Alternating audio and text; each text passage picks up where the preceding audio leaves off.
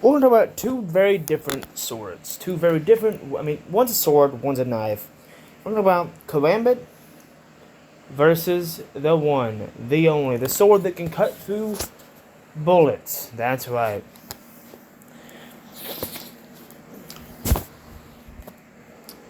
Everybody's favorite samurai sword. I have two of them. I also have two Karambits.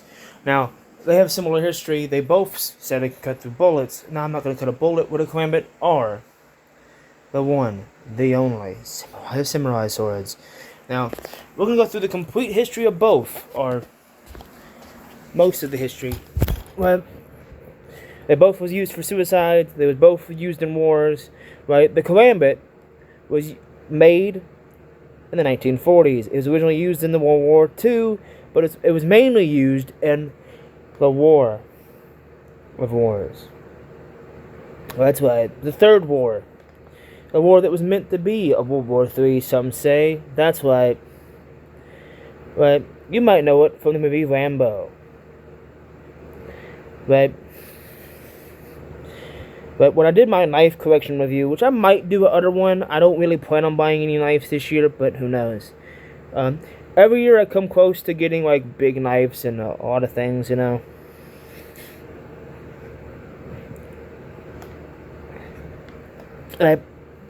Karambit was part of the Korean War. Right? That's when it was very famous. But it was made in 1942, I believe. But it was really used in the 60s and 70s.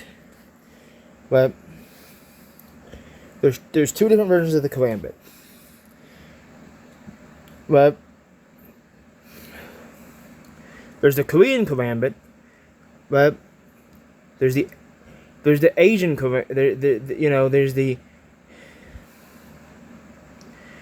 There's the everybody's favorite Karambit, the one it's called the Heartstopper, the American Karambit. That's right, the American style Karambit, the Heartstopper. Some get it confused. But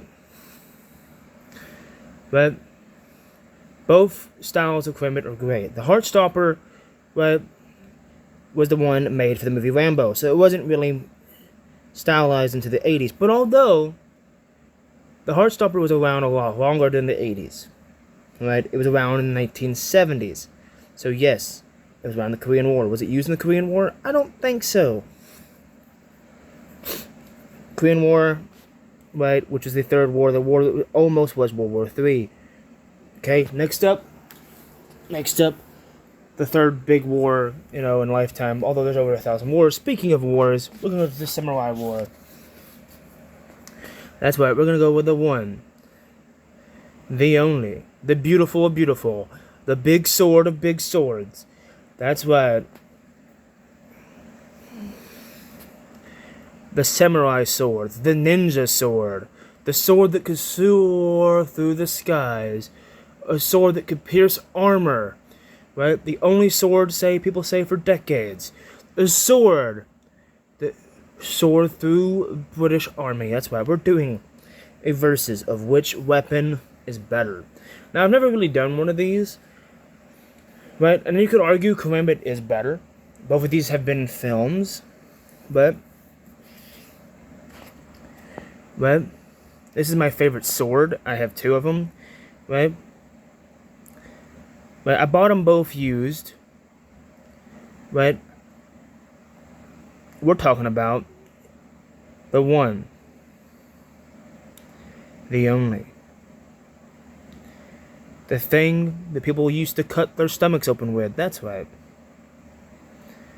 The Sorcerer, right? The mastermind, the demon slayer of demon slayers. That's right. If by now you haven't figured out what I'm talking about, why I'm not saying its name, yes.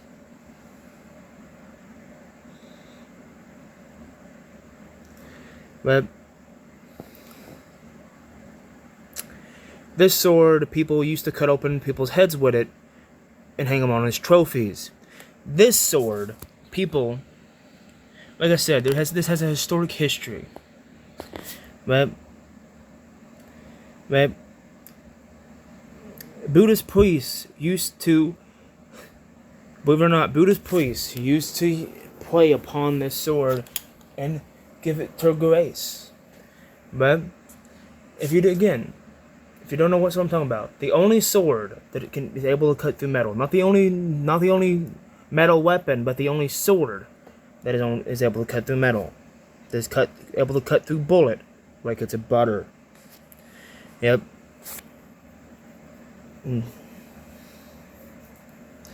Yeah, that is the history of both of these weapons. This video might get copy stricken because of everything I just said. Oh well.